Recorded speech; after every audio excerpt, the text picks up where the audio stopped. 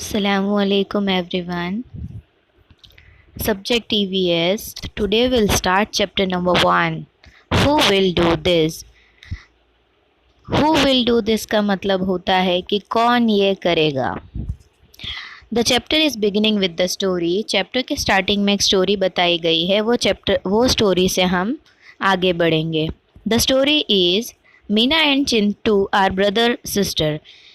मीना और चिंटू दोनों भाई बहन हैं. They study in school. Chintu does not like to go to school. Meena goes to school regularly while Chintu is irregular.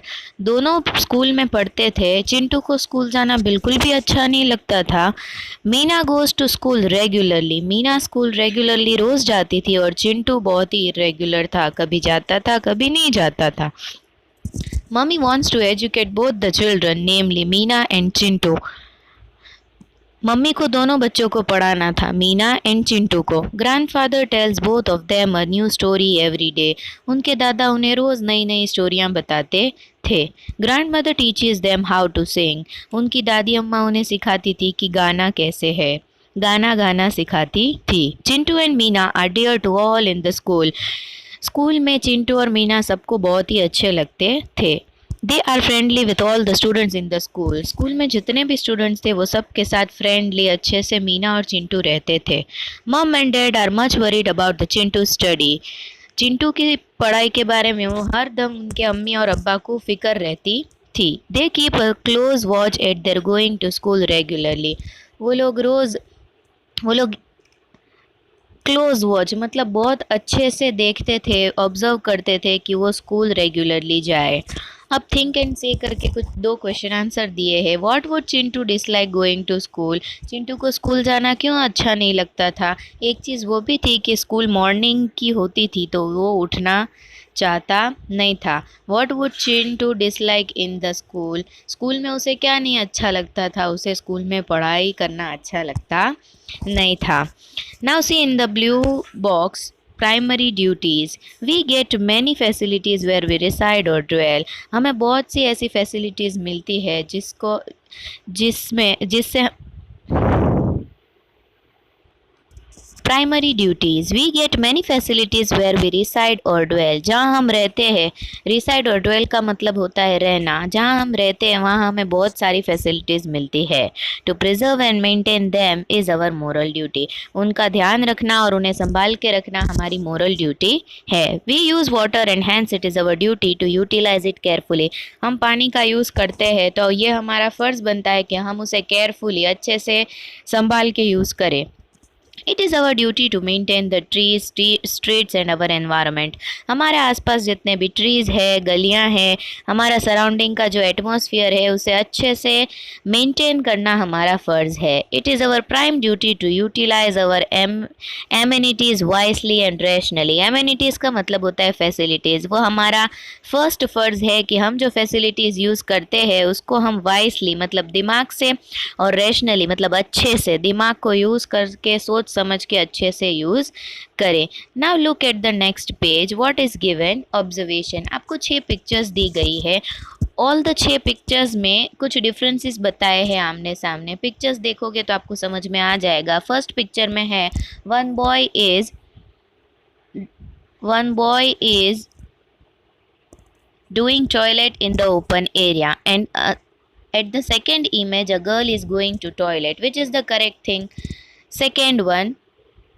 In second portion the third image is कि घर के बाहर देखो रोड पे ही वेस्ट वाटर, घर का जो वेस्ट वाटर है वो रोड पे ही जा रहा है तो वो करना चाहिए नहीं. और दूसरा देखो वाटर एरियाज मतलब गटर्स और ड्रेन्स है वहाँ पे घर का वेस्ट पानी जाता है तो वो करना चाहिए.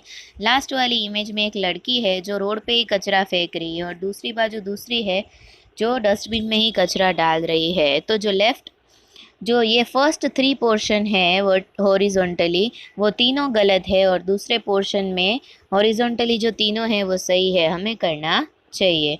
Now see think and say. Do you throw garbage in dustbin. क्या आप कचरा डस्टबिन में फेंकते हैं. Do you use toilet. Toilet जाने के लिए क्या आप टॉयलेट का यूज़ करते हैं. Do you wash your hands with soap before eating and after using the toilet. क्या बोला है कि वॉशरूम जाने से पहले और वॉशरूम से निकलने के बाद क्या आप हैंड वॉश करते हैं सोप से? Do you release dirty water through drain, gutter और सेफ्टी टैंक? क्या बोला है कि घर का जो वेस्ट वाटर है, डर्टी वाटर है, वो गटर्स के थ्रू क्या हम बाहर निकालते हैं या रोड पे ही छोड़ देते हैं? How many of you answers are yes? आप लोगों में से कितनों के आंसर्स यस है? अगर ऊपर के सारे क्वेश्चन के आंसर्स यस है then you are maintaining the environment. If all your answers are yes then take it for granted that you are maintaining the environment. अब नीचे आपको एक स्टेटमेंट दिया है और उसके नीचे बहुत सी स्पेस दी है. Which other primary duties should be followed? कौन सी अदर प्राइमरी ड्यूटीज़ है जो आपको फॉलो करनी चाहिए, उसके बारे में बताया है. And now see the most important thing, one topic is given, public property. What is public property? There are many streets in our villages or streets. बहुत सारी ऐसी चीज़ें हैं जो गांव में या तो गलियों में होती है and that is public property. Now let us see, they are our facilities, जो हमारी फैसिलिटीज़ के लिए बनाई गई होती है. These are such facilities which are not owned by any individual but are used by everyone. ये ऐसी फैसिलिटीज़ है जो किसी की नहीं है, पब्लिकली किसी एक पर्सन की नहीं है, उसे सब यूज़ कर सकते हैं. ईच एंड एवरीवन, सब पूरी पब्लिक जितने भी इंडिविजुअल्स रहते हैं वो सब उसे यूज़ कर सकते हैं. Such properties are called public properties. ऐसी प्रॉपर्टीज़ है जो सब यूज़ कर सकते हैं पर किसी एक की हो नहीं सकती. That properties are called public properties. Given below are the pictures of such public properties which may also be found in your village. अब देखो नीचे डायग्राम दिया है, उसमें आपको पता चल जाएगा कि कौन सी पब्लिक प्रॉपर्टी है जो हम भी यूज़ करते हैं, किसी अकेले की होती नहीं है. तो देखो उसमें क्या बताया है, टेम्पल है, मॉस्क है, गार्डन है, नेशनल फ्लैग, पब्लिक प्रॉपर्टीज़ है. Now at the last page, which are the public properties? आपके आसपास जो पब्लिक प्रॉपर्टीज़ है उसके नाम मेंशन करने हैं. Public properties in your surroundings, सबसे पहले कॉलम में आपको जनरली जो सारी पब्लिक प्रॉपर्टीज़ होती है उसके नाम लिखने हैं और सेकेंड कॉलम में आपके आसपास जो पब्लिक प्रॉपर्टीज़ है उसके नेम्स लिखने हैं. Now hand washing day.